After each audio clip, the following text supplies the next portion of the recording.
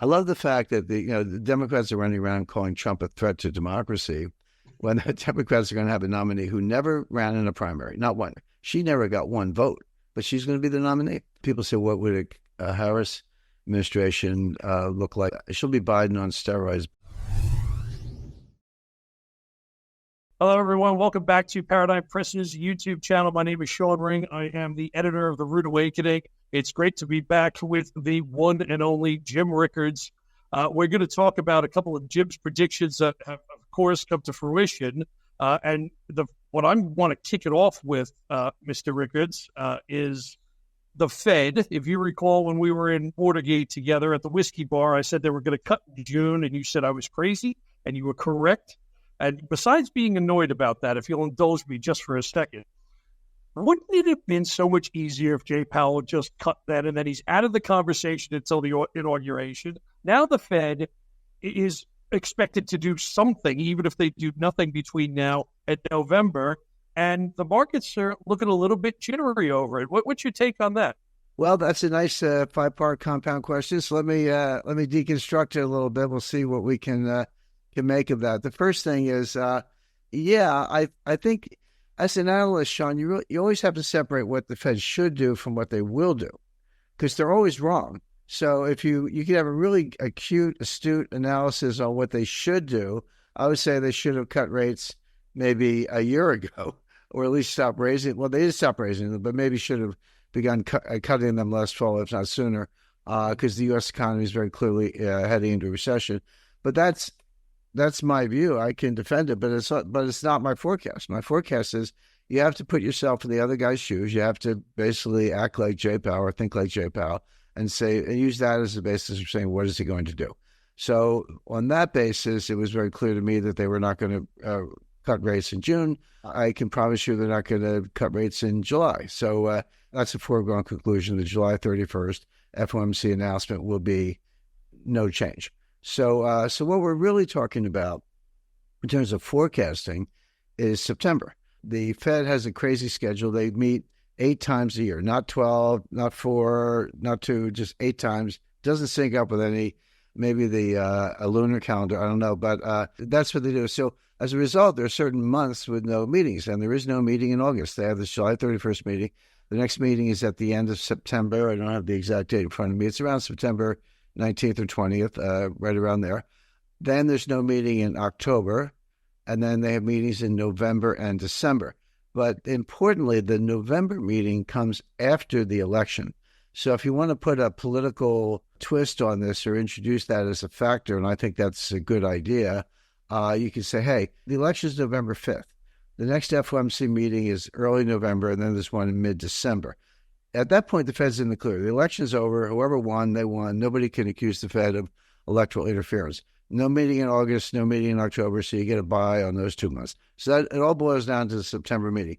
The problem with the September meeting, it is exactly approximately 5 weeks, maybe even close to 6 weeks before the election. That's really close to the election.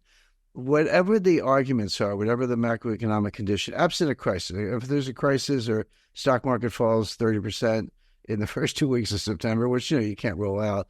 Okay, they'll cut rates and they'll do what they have to do. But absent that kind of extreme market action, the Fed runs the risk of cutting rates just weeks before the election, which will be viewed as very favorable to Kamala Harris, the presumptive Democratic nominee, very favorable to the Democratic Party. Trump has already said, don't do it. Don't go there. Now, Trump's not the chairman of the Fed, although maybe he gets to decide who the next chairman of the Fed actually is. Well, he does if he wins. But Trump has already said, don't go there. That's tilting the playing field. That's political bias. That's political interference. Leave it alone.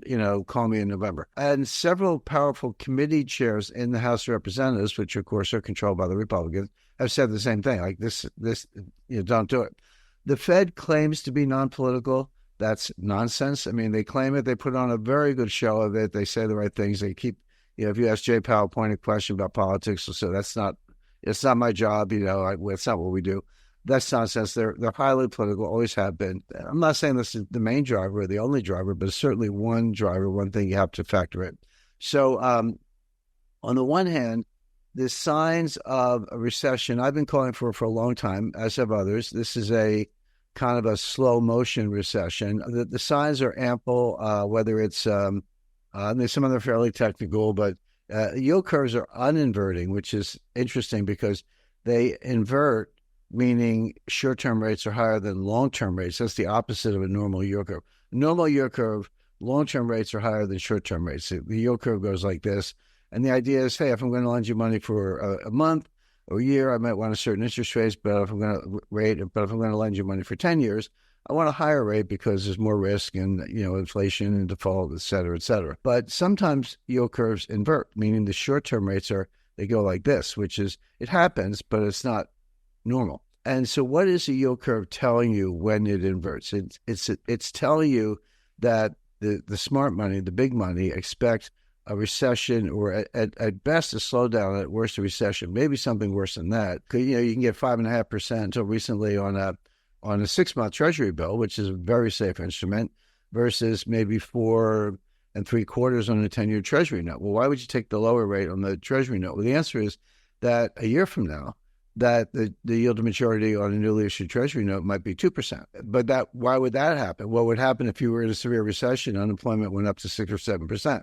So that 4.5% or 4.75% could look really smart a year from now if the market was at 2%. Not only would you have that higher coupon locked in for 10 years, but you'd have a huge capital gain on the instrument if you felt like selling it. Meanwhile, in the very short term, inflation is still a problem. So that's where you get these inverted yield curves, where inflation is a problem, but it looks like recession is on the way, and so it actually slopes down. Just to take that a step further, if everyone's still with me, but when you get closer to the actual recession, or when you're actually in it, you get what's called a bull steepener. What happens then? The 10-year note doesn't move a lot, but the short-term rate starts to come down a lot, and the yield curve gets uninverted, gets a normal slope at a much lower level on the short end. That's a sign that you're actually in the recession. Now the forecast the rates were going to come down has actually started to play out. The rates actually are coming down. So that's, and there are a lot of other indicators, negative swap spreads and so forth. But what it all means is that the economy is weakening, maybe in a recession already, maybe that's highly likely. And Powell should have cut them already. I put a lot more weight on this political factor than most others. I mean, the Fed does think long-term. I don't mean in terms of interest rate policy, that's like an overnight rate, but they don't want to be politicized. Internally, they're political, but they don't want to be on the political radar screen inside the Beltway and in the media. And so they'll likely, I think, duck this one and not try to do something that would just bring the wrath of Khan down on them. I mean, do they really want to be the center of a political debate for the last 6 weeks before the election, led by Trump and his spokespeople, versus just waiting another month and then cutting the rates after the election? That's the decision they have to make. There's even a little more to it than that, which is inflation has not gone away. Everyone thinks it has. Every one of these Fed meetings, the 8 times a year, I do a pre-Fed report and a post-action report. So we sent out the Fed meeting today. We sent out a bulletin a couple of days ago, said the Fed's not going to cut rates. So that's an easy one. But I don't expect a rate cut in September either, for the political reasons. But I also gave an inflation chart, and everyone was very excited. So the most recent inflation data we have was for June. We got that number in early July. We don't have the July number yet. We'll get that, next week or the week after in early August. But we had the June number, and it was 3%, and that was down from May. And May, by the way, I'm talking about headline CPI. I don't really look at all these other things. I know what they are. I understand them. But we'll say, well, forget headline. What about core? Well, core CPI takes out energy and food. The two things most people spend most of their money on. It takes them out. And then some egghead invented what they call supercore. Well, what's supercore? Supercore takes out energy, food, and housing. So if you live in a tent and drink water from a stream and pick berries, maybe that's for you. But for normal people, almost 100% of their income, maybe more if they're going into debt, goes for energy, food, and housing, home eating, gas in the car, and everything else. I say the people who invent those things don't have enough to do. That's why we get them. But I understand them. I understand the statistics. I understand seasonal adjustment. I'm aware of them, but I don't give them any weight in terms of evaluating the Fed, and certainly not the voters, and certainly not consumer attitudes. because CPI headline is as close as we get to what people actually pay.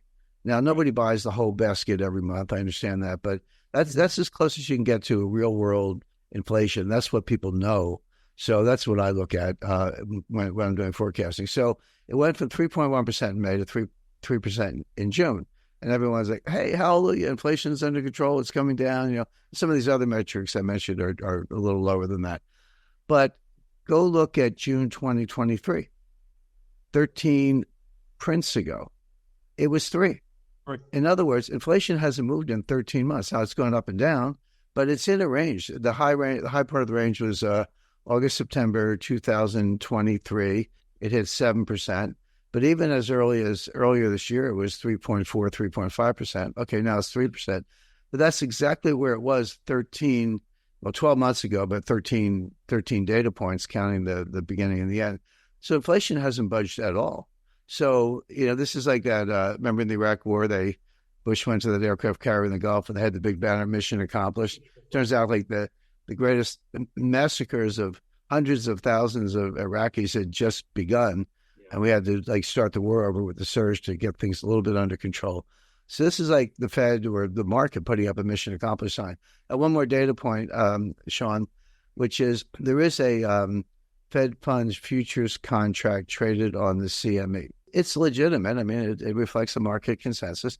And you can look at it and basically derive a probability of a Fed rate cut in September.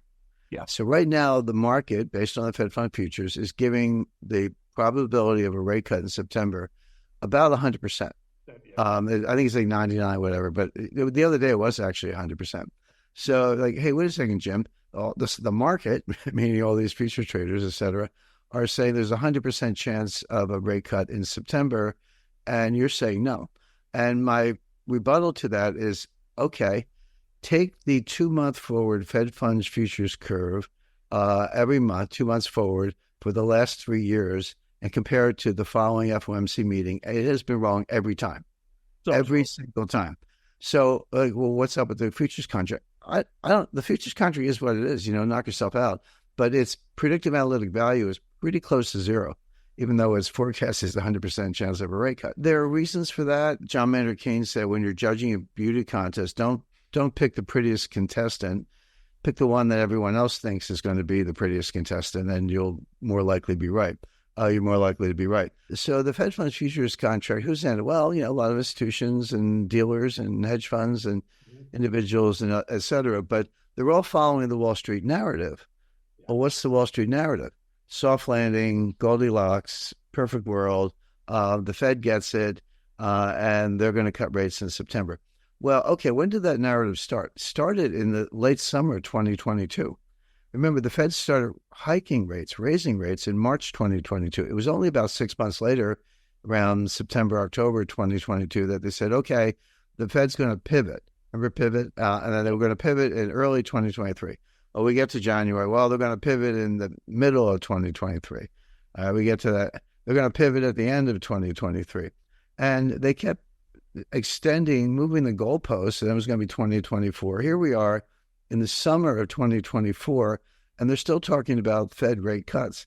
They've been wrong for 2 years. The Fed funds futures curve has been wrong for 2 years. So it's not as if I don't listen to them or don't pay attention. I do. I factor it in. But when you're wrong for 2 years, I'm guessing you might be wrong again in September. So that's part of how I think about it. To me, the key driver, almost the only driver, except for the political twist I mentioned, is inflation. And headline CPI is just not going down. It went down month over month, but it's happened before, but it's exactly where it was 13 months ago. And so the Fed, if you actually listen to Jay Powell, because they always have buzzwords. I know the guy who writes the buzzwords, by the way. He's not on the board of governors. He's a real insider, but he's the guy. He's not a PR guy. He's an economist, actually writes these things. Only an economist could. Yeah, that's only an economist could, right? And I have some insight into his thinking. I did talk to him. I know him. And his PhD thesis advisor was George Akerlof, who's Janet Yellen's husband. Akerlof won a Nobel Prize for figuring out that used car salesmen know more about the cars than the customers. Thanks, George. We've been thinking that for 100 years. But you proved it.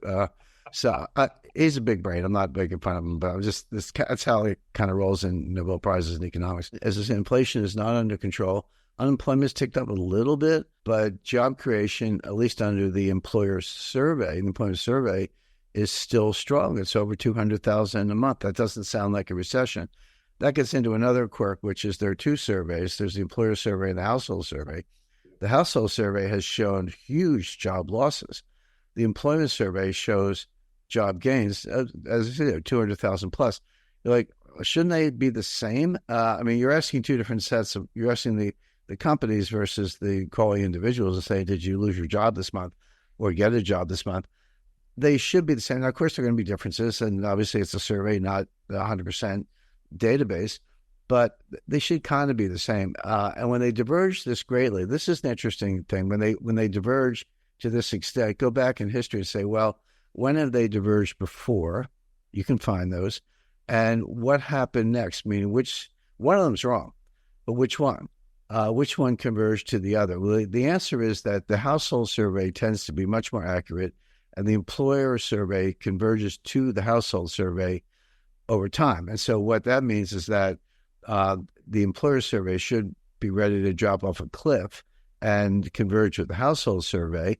They use a lot of games. I'm not saying they're outright lying, but you can tweak, you can play with the seasonal adjustments. You can, hang up the phone if you don't like the answer. Who knows? Financial media, the financial press, the policymakers, the White House, all shout that employer survey number, that, that 200,000 plus. Powell knows better. The good thing about Powell is he's not an economist. He's actually a lawyer. So lawyers are trained to look at both sides of any issue. Inside the Fed, they kind of know that there's less there than meets the eye. But it has not shown up in the inflation numbers, which is another problem because they cling desperately to the Phillips curve.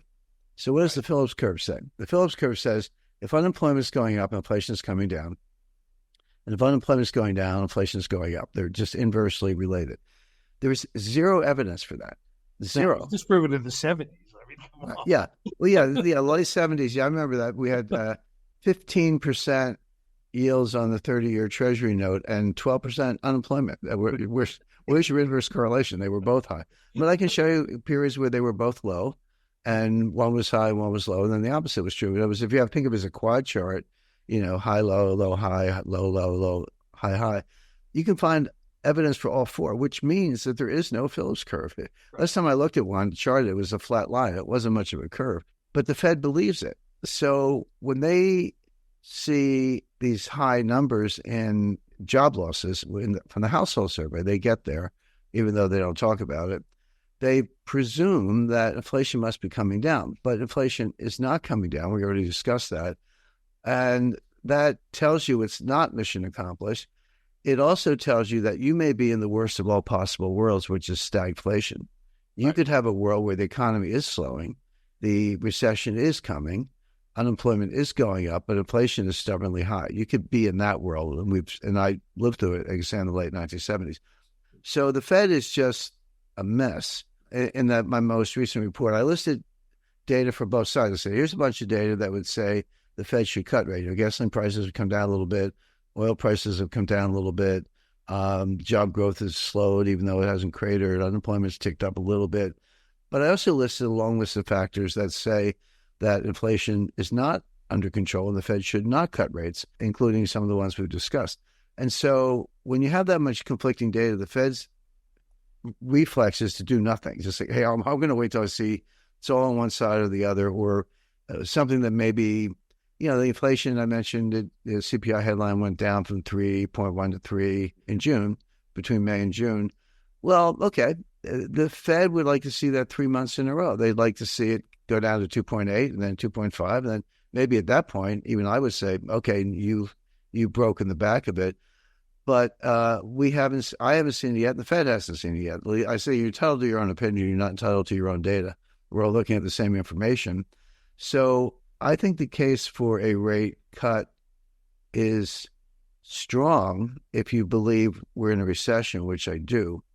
But it's weak if you're solely looking at inflation and you believe in the Phillips curve, which the Fed does. So again, you got to put yourself in the Fed's shoes. and then throw in the political twist, I would expect no rate cut in September. Look, if there's new information between now and late September, that's a long time away. I'll revise that forecast, but that's where I am right now. No, that's fair enough. I mean, and this dovetails, pardon me, with another prediction you made, which is correct, that we have a bull, nice, real big fat rally in gold, which we have, but we've kind of stalled a little bit now. But we upped straight through 2,000, bounced on it a little bit, headed practically unimpeded to 2,400. And again, this is without that cut that everyone was waiting for. So, what happens when they finally, or if they finally wake up and they go, all right, we've slayed the inflation bull. Let's cut rates and we'll save the banks. That's another thing we'll talk about in a second. Where do you see gold going by the end of the year? Well, to your point, Sean, and look, pardon me, the ticker changes all the time, but I just took a glance at it. It's actually 2470. You're right. It got to the 2400 level and sustained that. You're absolutely right. But it's 2470, which is, I think, a tick from the all-time high. It might actually be the all-time high. If it's a closing price, I think it was in intraday, it might have been 2471. That's basically an all-time high. And my view is that tells you almost nothing about gold, and it tells you a lot about the dollar. When I see a higher dollar price for gold, I don't say, oh, gee, gold's going up. What I say is, hey, the dollar's crashing. Now, you don't see that in cross rates. You don't see it against the euro, the Swiss franc, Japanese yen, Chinese yuan, the Bloomberg Dollar Index, DXY, which the Wall Street Journal uses. You look at every single one of those, and the dollar is very strong. The yen, I debate internally. It was, the yen will never get to 150. It hit 160. Remind people, when I started the banking business, the yen was 400. So I've seen this movie before. The double-digit yen is not a in stone, so to speak. So yen 160 didn't surprise me. But you say, well, Jim, isn't the dollar strong? The indices are up, the other currencies are down, the cross rates favor the dollar, et cetera, et cetera. The answer is yes, if that's your measuring stick. But all you're doing is comparing one central bank currency to another central bank currency. But think of them all as survivors in a lifeboat with no food or water. I mean, they're all going down together. The point is, that's not the best way to measure dollar strength, because I could see a preference for the dollar over the euro. I can think, given a war in Ukraine, I can think of 100 reasons why that's true. Same thing with the yuan. The Chinese economy is imploding. I could favor dollars over yuan. But those are all cross rates, currency to currency. They don't tell you very much, to the extent that there are common factors in all central bank currencies. If you want to know what the dollar's doing, look at gold. Gold, I'll say silver, but silver is kind of a tag along. So let's talk about gold. Gold and silver are the only forms of money that are not also forms of debt. Right. You take a $20 bill out of your wallet and read it. It's actually a contract between the government and the people. I know in law school they always said, read the contract. So read the contract. It says at the top, Federal Reserve note. Note is debt. And go to the Fed website, look at the balance sheet. Where's M1 or M0 or any currency? It's on the liability side, which is a form of debt. And that's not like an earth-shaking revelation, but most people think of it as an asset. Well, it might be your asset, but it's their debt. It's government debt. Treasury note is government debt, even though they're very liquid, and you can sell them, and you can sell them to the Fed and get cash. So all forms of money are forms of debt. And debt and credit, two sides of the same coin, are the key to commerce and mercantile success, etc. But gold is not. Gold is a form of money, the best form in my view, but it's not a form of debt. So it has that kind of purity, no pun intended, as a yardstick, as a measuring rod, because you're not measuring with the same thing. You're using something different to measure the object. And so again, gold at an all-time high, I say fine. Dollars at an all-time low. And that's kind of a wake-up call for people who keep talking about strong dollar, because, there's that old 1969 live performance in the Montreux Jazz Festival. The song was called Compared to What? And great song. When people say, is the dollar stronger? How's the dollar doing? I say, compared to what? Against the euro, against the yuan, yeah, very strong. Against gold, not so much. So I would expect gold to go higher, because I would expect the dollar to continue to weaken as the U.S. Debt exceeds $35 trillion. as the U.S. debt to GDP ratio exceeds 130%, highest in history. If you said 130% debt to GDP ratio, government debt's the numerator, GDP is the denominator, over 130%, who's at that lunch table? The answer is Lebanon, Greece, and our friends in Italy. It's basically the biggest super debtors in the world. And then Japan, of course, is in detention. They're like 300% or something. Sorry, over 200%. Everyone says, does that mean the dollar collapses tomorrow? And the answer is no. It doesn't mean the dollar collapses tomorrow. It doesn't mean the treasury market collapses tomorrow. I'll say, what if the Chinese stop buying? No big deal. Just call Jamie Dimon and say, Jamie, shoot him. And, the banks will do what they're told. They've been trained. It doesn't mean the end of the dollar or the end of the treasury market, but it is indicative of much slower growth at best. Again, you can still have your technical recessions within what's called a long depression. I would say, and others agree, that Japan has been in a depression, has been in a depression since 1989. Yeah. Now, they've had 9 technical recessions. They can't get out of it. They can't get out of the rut. They've had 9 technical recessions over those 30 plus years. I guess 35 years at this point. 9 technical recessions, but 1 very long depression. I would say the United States has been in a depression since 2007. Mm-hmm. Now, we've had 1 severe technical recession in 2008, 2009. We had a recession that's not a recession. Don't call it a recession, said Janet Yellen, in the first 2 quarters of 2022. We had 2 consecutive quarters of declining GDP in the first half of 2022. Why was that not a recession? Because Janet Yellen said, don't call it a recession. And the National Bureau of Economic Research, which are the umpires, they call the balls a strike. They haven't said so. So, okay, I guess it never happened, but the data is your GDP went down 2 quarters in a row. So count that as a mild mini recession. But it's been 1 long depression, particularly the episode from 2009 to 2019, when compound annual growth over that 11-year period was 2.2%. This is an economy that has potential to grow 3.5%. When you grow 2.2% in a world of 3.5% potential, that's depressed growth. By the way, that delta between 3.5 and 2.2, it's approaching $9 trillion of lost wealth if we had policies, including lower deficits, that would have allowed that to happen. So we're trying to borrow away out of a debt trap. It never works. The long-term result probably will be hyperinflation, but we're not there yet. But what we should expect is exactly what we're getting, which is slow growth at best and periodic recessions at worst. And I think we're probably in a recession right now. So what does that mean for gold? Well, weaker dollar measured in gold means a higher dollar price for gold. Central banks are net buyers, have been since 2010. That's continuing. Americans don't get gold. We're now into a 3rd generation of people who have been taught nothing about gold in a monetary context. I always tell people, if you know anything about gold, you either went to mining college or you're self-taught. But we stopped teaching it, so it's not surprising that even quote unquote well-educated Americans don't understand gold. It's routinely ridiculed on financial TV and elsewhere. But meanwhile, it goes its own way, and I think it's higher. And 2,500 is just as Mick Jagger said, just a shout away. So, but I would expect it to be on its way to 3,000 sooner than later. The other thing, quick piece of, I always try to keep the math at the 6th grade level. There's rarely any need to go higher in terms of calculus or whatever, but people focus on the dollar increases in the price of gold. It went up $100 an ounce, or over time it went up $500 an ounce, et cetera. And that's fine, and that's real money, and that's your gain.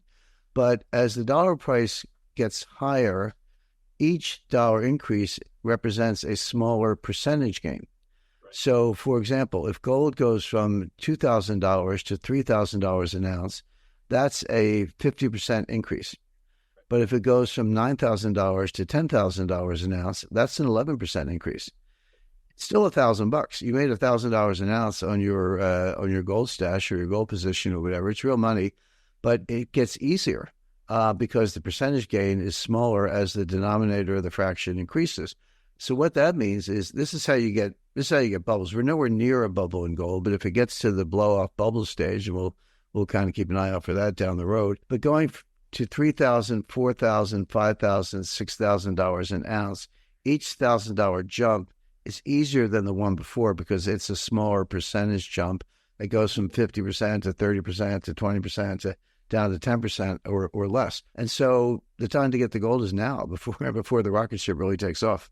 Exactly. Well, and that's fantastic advice. And I hope all of our listeners are doing that. But dovetailing with that, so dollar's getting weaker. We're probably in a recession. Gold's rocketing. You also made a great prediction about how the bank failures will continue. I just want to get a couple ideas on that as well, because, like some of those bank stocks have been pretty steadily increasing. They look all right, even though their equity would be wiped out if they were marking those treasury losses to market. So I was just wondering what you think about that. Yeah, I think with banks, you have to sort of take a three-tiered approach. There are small community banks that are actually very sound. I do some of my banking with a bank that was founded in 1877. I figure, all right, you made it through the panic of 1907, the panic of 1898, the Great Depression, the tequila crisis, long-term capital, Russia, continental Illinois. You made it through all that, so you must be doing something right. Look at the balance sheet, do your homework, but some of those banks are just fine. Then there are the banks that are absolutely positively too big to fail. I mean, the technical term is globally systemic, important GSI institutions, and we know who they are. It's JP Morgan Chase, Citi, Morgan Stanley, Goldman Sachs, Wells Fargo, Truist. I think it's a dopey name, but Truist. And there are a couple others on the list, and they are absolutely too big to fail. Which doesn't mean the stock price can't go down. See, that's the thing. If you're a depositor, yeah, you care about bank failures, you care about FDIC insurance and so forth. If you're a creditor, note holder, you care about all this stuff. But if you're a stockholder, you can lose a lot of money in a bank that does not fail, just because the equity takes a beating. But the real vulnerability is in between, not the little guys who have been around and who pass. By the way, a ratio that very few people look at that has become very important in determining the soundness of a bank. Look at the ratio of insured deposits to total deposits, because deposits over $250,000 are not insured. Now, there's a whole bunch of technical. You can have two accounts, and you and your wife can have separate accounts, and you can go to a separate bank. There are ways to get that insured balance up into the millions if you read the fine print on the FDIC website. But it's a lot of work, and do read the fine print. But as a heuristic, as a rule of thumb, $250,000 per account in the same bank is the ceiling on deposit insurance. Well, Silicon Valley Bank, which failed in March 2023, their insured deposits were 3%. They were 97% uninsured deposits, including all the Silicon Valley startups, but some big companies as well. Cisco had an account there. One of the big Bitcoin custodians had an account there. They kept their cash there. Some of these accounts were in the billions of dollars. They were not insured.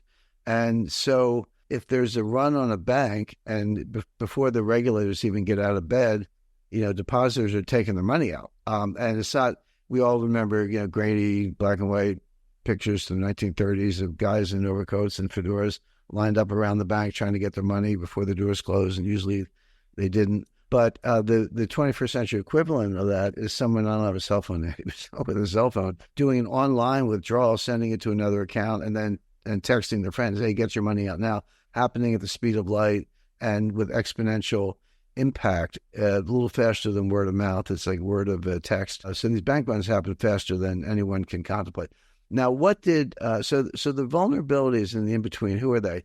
These are banks that have between roughly 200 billion and 900 billion of assets. So it's not JP Morgan, but it's not my local bank either. I actually don't want to mention names. They're pretty easy to find the list, but everyone knows who they are. I don't want to start running any banks, but I would look at a double metric. I would look at 200 billion to 900 billion in total assets, and a insured deposit to total deposit ratio of under 30%. If that's who you are extremely vulnerable, and those are the banks I would get my money out of, even though they're not technically too big to fail. They're not classified as GSIs globally, systemically important. The Fed's not going to let them fail in terms of depositors, but they will let them crash and burn in terms of stockholders.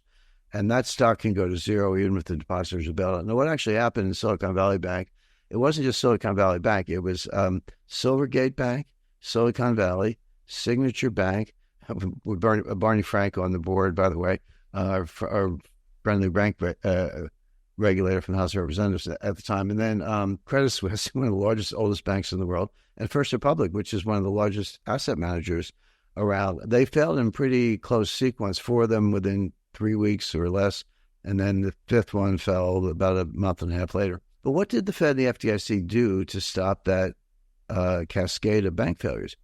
They guaranteed every deposit in the system. They said, forget about the $250,000. We're guaranteeing everybody. They didn't do that at first, by the way, with Silicon Valley. Friday night, they said 250 is the limit. If you're over that, we're giving you as a certificate, basically. The bank had been taken over, placed in custodianship, and we'll give you a custodian certificate, and we'll get back to you on what it's worth. If we got to sell the assets first or do a merger or something, we'll get back to you. But it was illiquid. You didn't know what it was worth, and you didn't know when you were going to get paid. But your deposit was gone. That was kind of what the G7 said in Brisbane in 2014. That was the bail-in, not the bail-out. 48 hours later, they said, just kidding. All the deposits are insured. No limit. Bill Ackman, all the Silicon Valley crybabies ran to the White House, and they got what they wanted. But they did something else. The Fed created a facility that said to every bank, if you own U.S. Treasury securities, you can borrow the face value from us, give us the securities as collateral, we'll give you the cash, a 1-year loan. I'm sure the interest rate was like 1% or something like that, regardless of the fact that the securities were only worth 70 cents on the dollar. Because a lot of the securities had been bought when interest rates were 1.5%, 2%, and in the meantime, interest rates had gone to 5.5%, those bonds were way underwater, depending on the maturity, down 20 to 30%. And the Feds, and if you marked them to market, those banks would clearly have been insolvent. The Fed said, again, never mind, we'll give you 100 cents on the dollar, even if the bonds are only worth 70 cents on the dollar. I tried to find someone at the Fed I could call and see if they would take my used car on the same math, but it was unsuccessful. That facility got to be several $100 billion in a very short period of time, which shows how illiquid a lot of these banks were. Here's my question, Sean. When the bank crisis comes back, and I would say it never really went away, but we're in a timeout, halftime. We're in the locker room, so we're going to get back on the field. When this reemerges, there'll be some catalyst for it, and could be a lot of things. What else have they got in their bag of tricks? I mean, once you've guaranteed every treasury bond, regardless of market value, and you've guaranteed every bank deposit, regardless of the deposit amount and the deposit insurance, what else can you do? Well, the answer is you can nationalize the banks, but that means wiping out the stockholders. And so, again, if you're a depositor, I personally wouldn't take chances, but you may get by as they did in Silicon Valley Bank. If you're a bondholder, get ready for a haircut. And if you're a stockholder, get ready to be wiped out, because that's what will happen. Wow, incredible stuff. Let's turn to politics, because one of your big predictions was Biden would drop out. He did, and I just want to get this straight, since I'm a couple thousand miles across the pond here. So George Clooney basically hosts a fundraiser in L.A., raises $30 million for Joe Biden, and then Biden has a disastrous debate, at which point Barack Obama asked Clooney to write a New York Times, article saying, could you please drop out? And then he does, and endorses Kamala Harris, of all people, straight away, which I'm not so sure Barack Obama wanted him to do. And now today, which I just cracked up, I was just watching this, or was it yesterday, when he basically said that Speaker Mike Johnson is dead on arrival, not the bill to reform the Supreme Court. He's just the gift that keeps giving. I call him the abracadabra now. So he drops out, and now it's Kamala. Do you think she has a chance in November? Well, she has a chance. I mean, my prediction. Well, by the way, I wrote in September 2023, so over 10 months ago, and it was the October issue, but we actually released it in September 2023, of Strategic Intelligence, which is our flagship newsletter. I said the Democrats would get rid of Biden. So our readers were among those who were unsurprised by what happened. We told them 10 months ago that this was going to happen. And it did. Now, Obama, a bit of a coward. I expect Obama would have no difficulty whatsoever getting an op-ed in the New York Times. If he wanted, just his person could call the editor. They would be glad to publish. Instead, he gets, George Clooney out there as a cat's paw, a little bit of a pawn. Clooney makes a good tequila at Casamigos, but he's obviously being used as a puppet by the neo-Marxists in Obama's Calorama mansion. But okay, so it plays out. That came as no surprise. The timing was fascinating because they had to wait until, first of all, query whether they knew.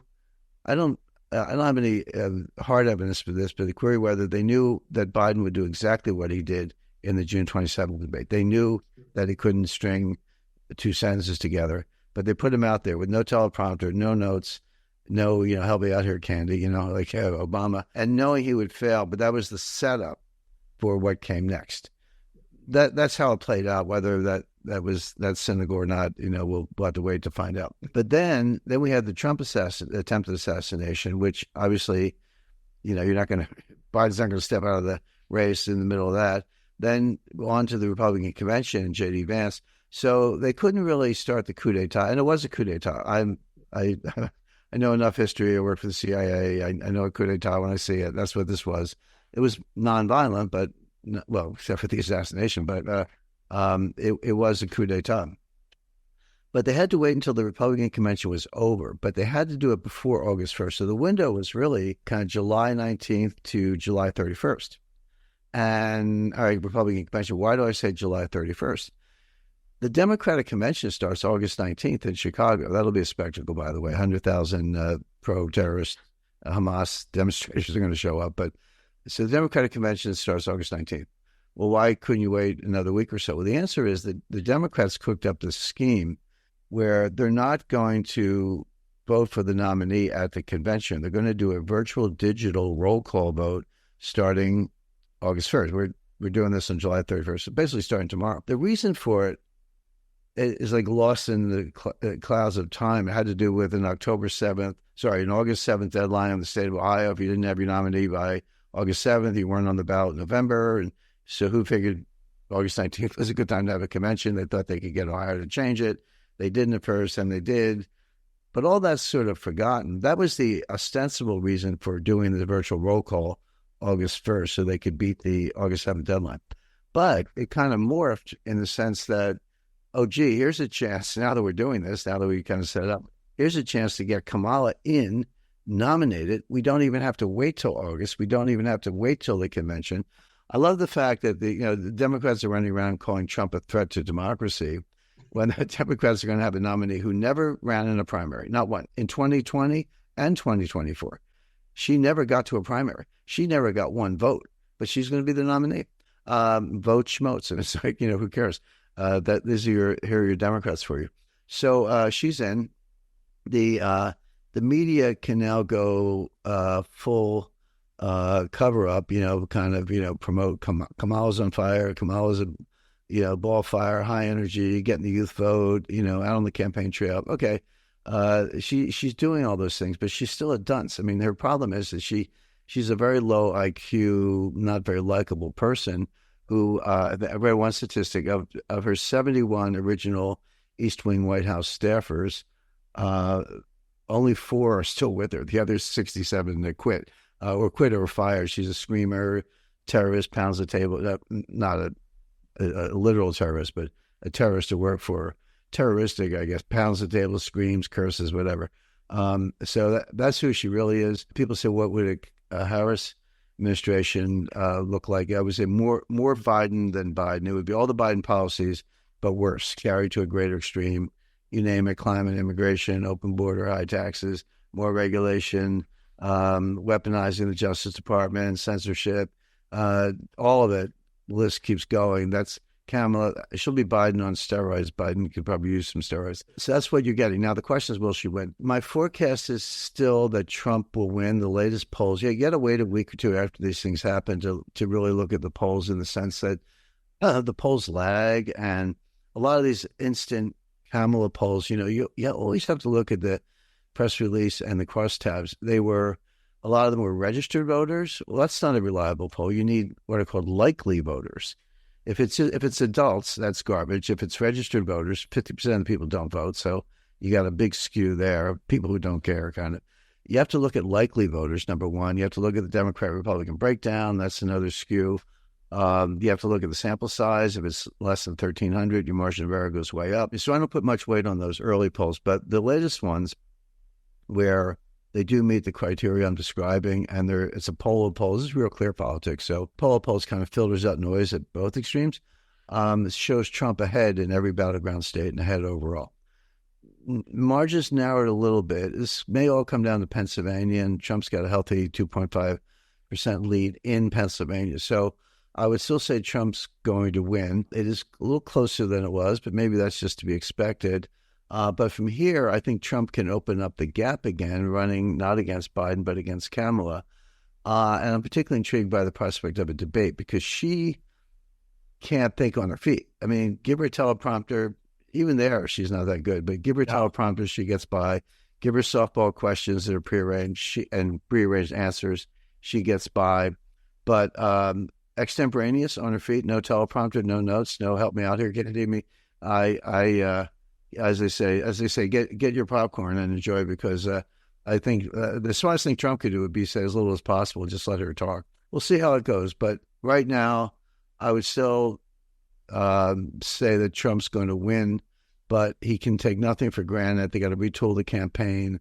It'll be a little closer than it would have been. But again, he's still ahead in those battleground states.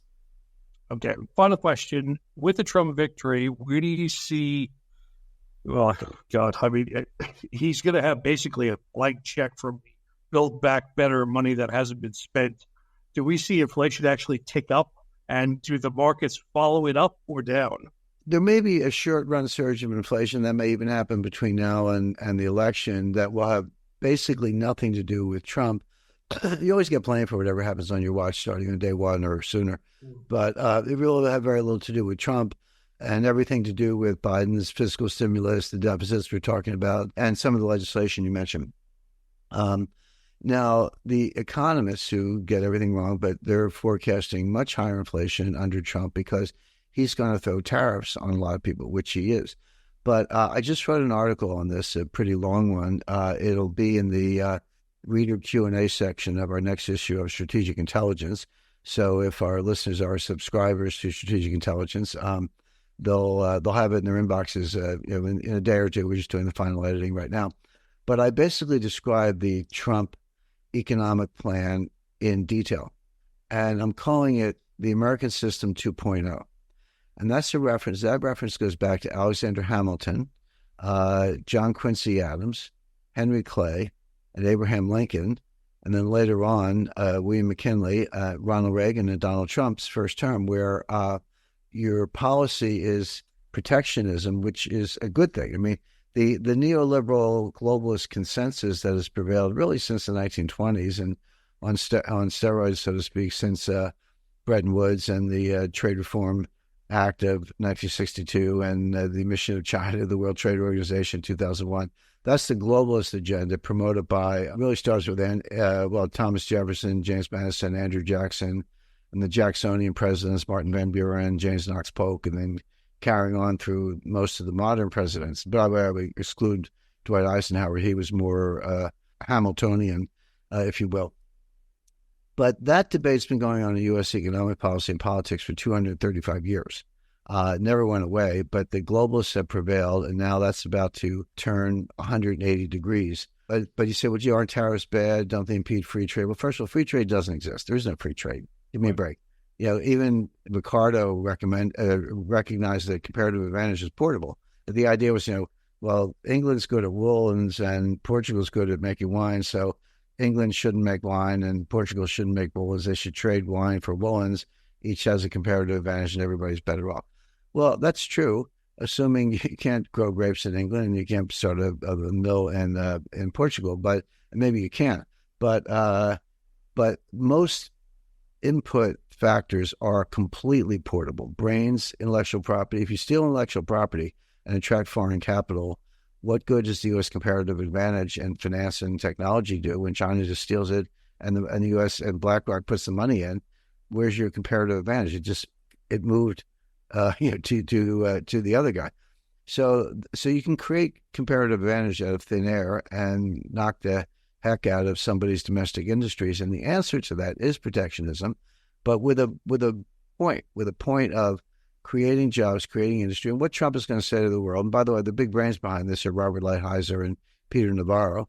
Peter just got out of jail. He'll be back in the West Wing in a few months. So nice segue. But what they're saying to the world is, hey, if you want to sell something in the United States, that's just fine.